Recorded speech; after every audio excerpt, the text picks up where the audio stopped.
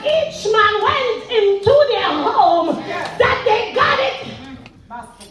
They didn't think or ponder.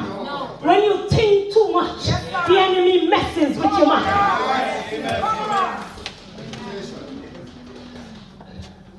You ever want to buy a car, you have the money and everything, and the more you think about it, the more you say, that don't make no sense. And you think about all the reasons why you shouldn't do it. The word says that they immediately got their offering and came back. But the word says, it didn't say all, which caused me to think that there had to be some people that still had a stony heart and did not have the willingness to give. Yes. You see, it doesn't matter what you do or what you say. There are some people that will still go away today unchanged. That no matter what I say, Teacher Claire had to tell that little girl that she brings from New York something. Yes, Lord. But if that is the case, and the word of God rightly breaks you down, and the word of God rightly massages your heart, then let it have its perfect way.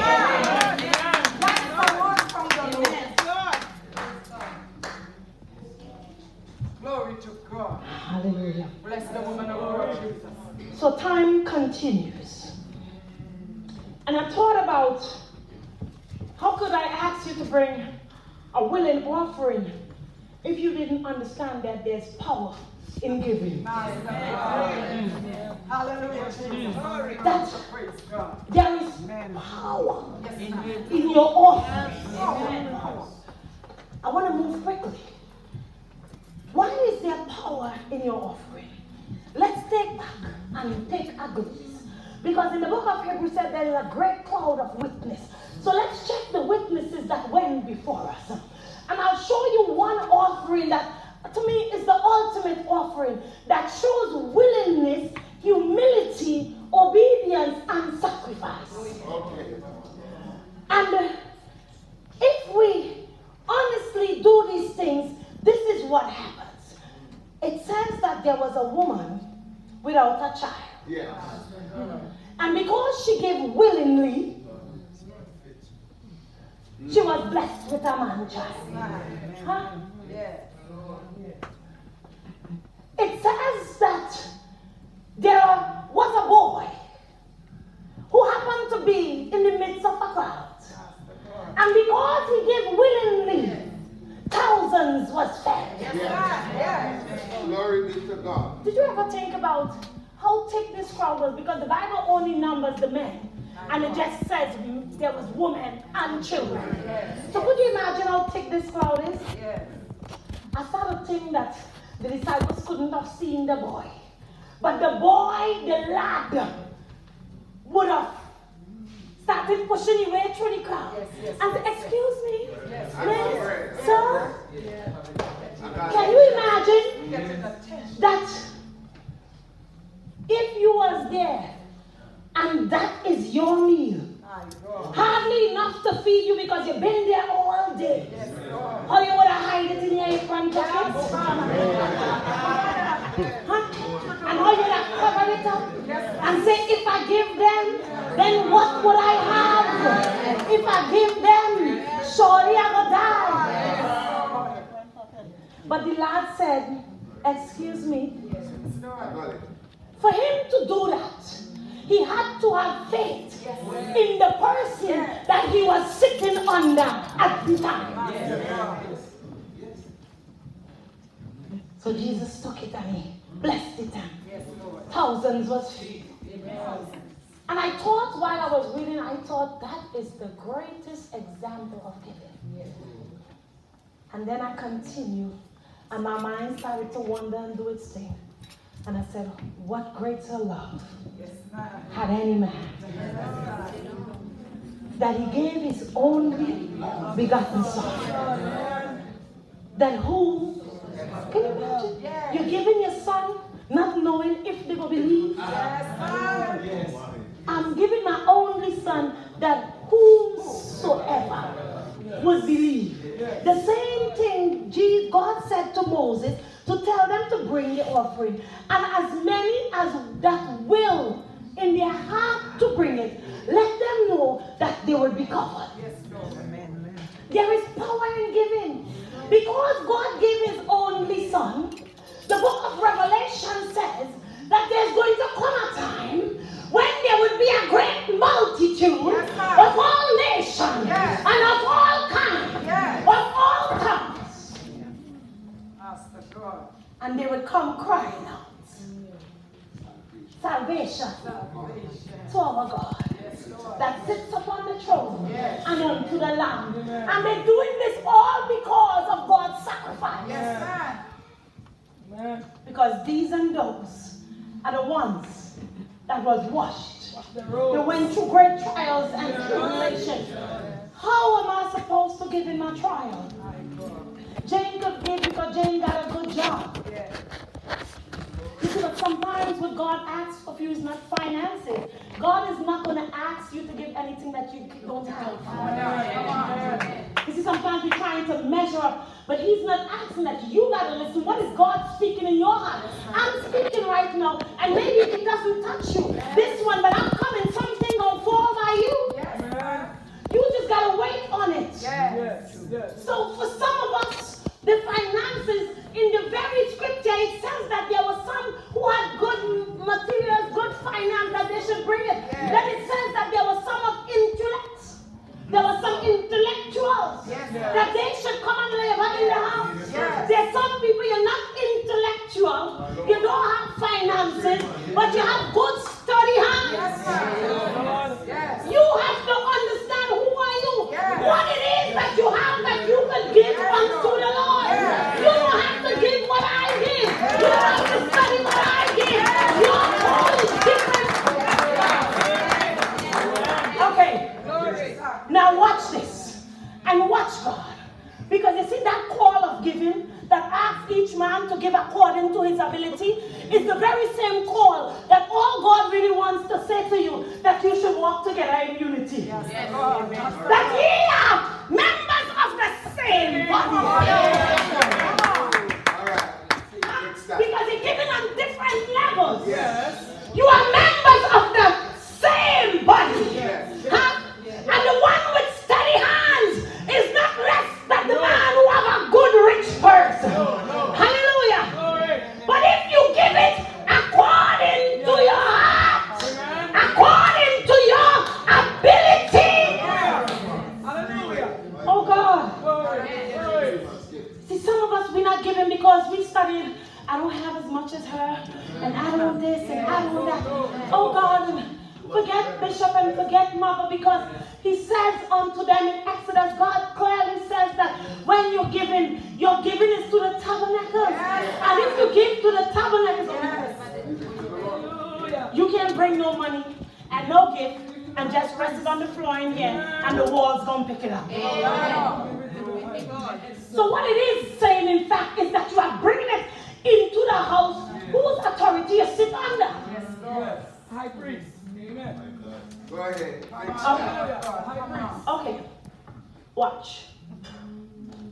If you do that and you bring the offering into the house and you forget about who don't and who this and who that, and you forget, sometimes you gotta forget about even the person that you're putting it in hands into, because their service should be unto man as if it's unto God. Because they are representatives of God. People, when I say that, people get kind of antsy, but if you don't trust the anointing or the authority that you're sitting under, can I tell you, you need to move?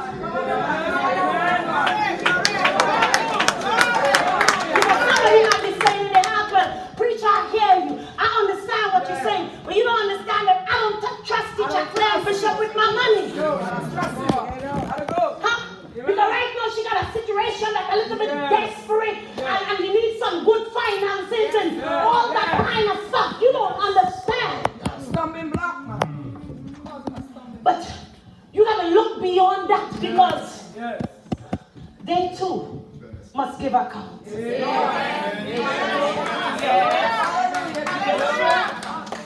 You see, people get tied up in a knot that when elders sometimes walk crooked and do crooked stuff, you get tied up in a knot because you want to tell them about themselves and how you done know and how you done. But the word of God says differently. You should pray them up. If they should fall, that you should. You see, that authority is not yours. I just want to say that because I need you to give. I need you to unblock. I need you to loose the chain that God already loosed in your life. You see, the deliverance that you want came already. It knocked on the door. It banged the door. It tried kicking the door. But you reinforced it because you thought it was a thief and you didn't recognize your shepherd had come to supply your need. Come on now. So he turns and he goes away. Come on. Just like Moses did. Come on now. To give you some time. Yes.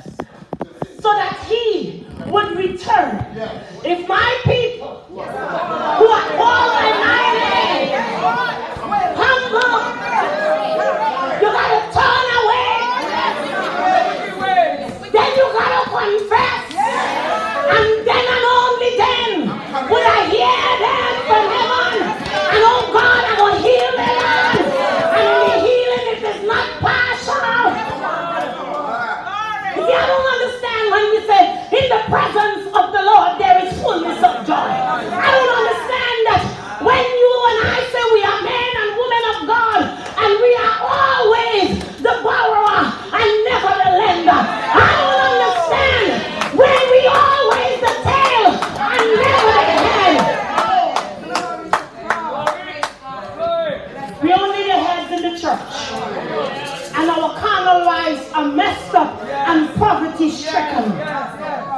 I don't understand. Because the word of God says that blessed will thou be when thou goest, and blessed shall thou be when thou comest.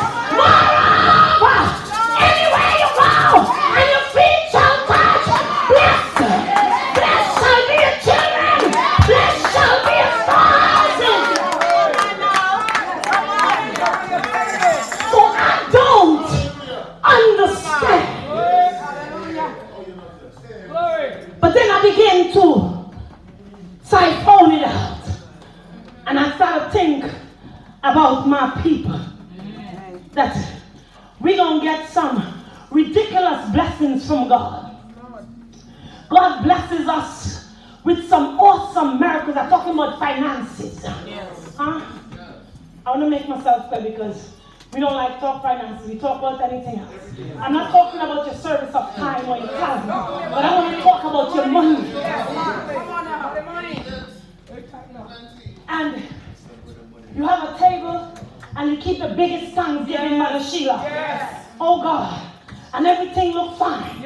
And you make all your fancy clothes and you invite all your fancy friends. And when your table is set before the Lord, the men and women done made it good for you and made the part clear.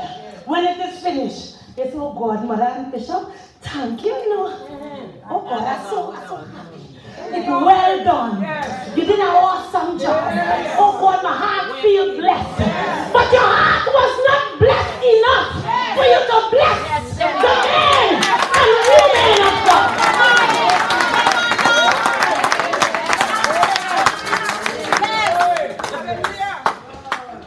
You got to be careful. You have to be careful. How could you keep a $5,000 table and give the bishop a sweet bread? Or give the bishop $100? How? Wicked!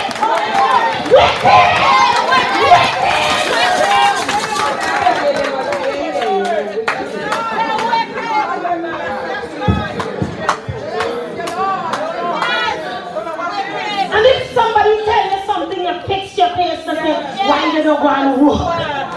That's true. We are wicked. We are wicked because all of us have done that at some point in our life. Because that's what we were taught. But when you know better, the word of God says that you should go ahead and strengthen your brethren.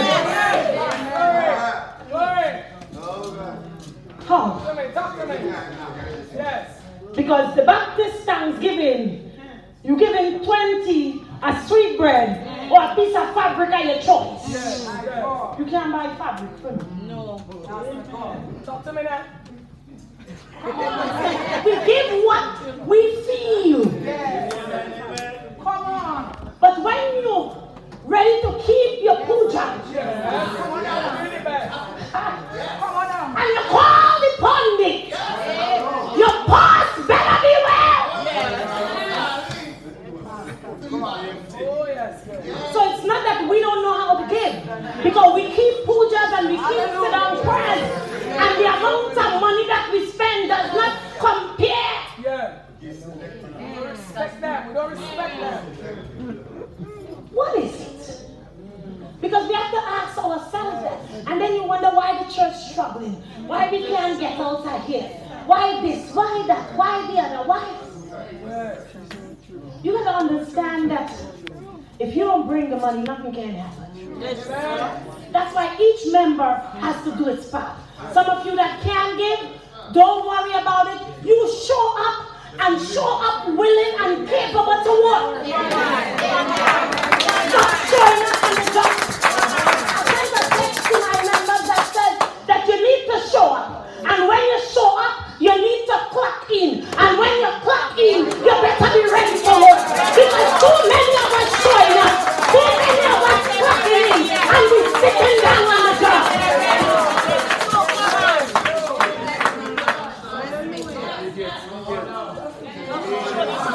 We have to stop.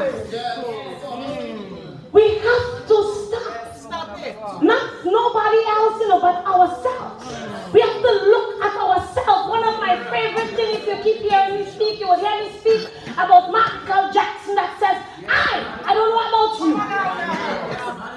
Because the same way that you gotta work your salvation, I gotta work. So I am starting with the man in the mirror.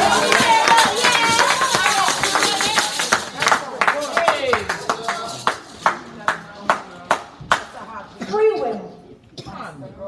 It's a free will. He didn't force you. No. He's not a bandit.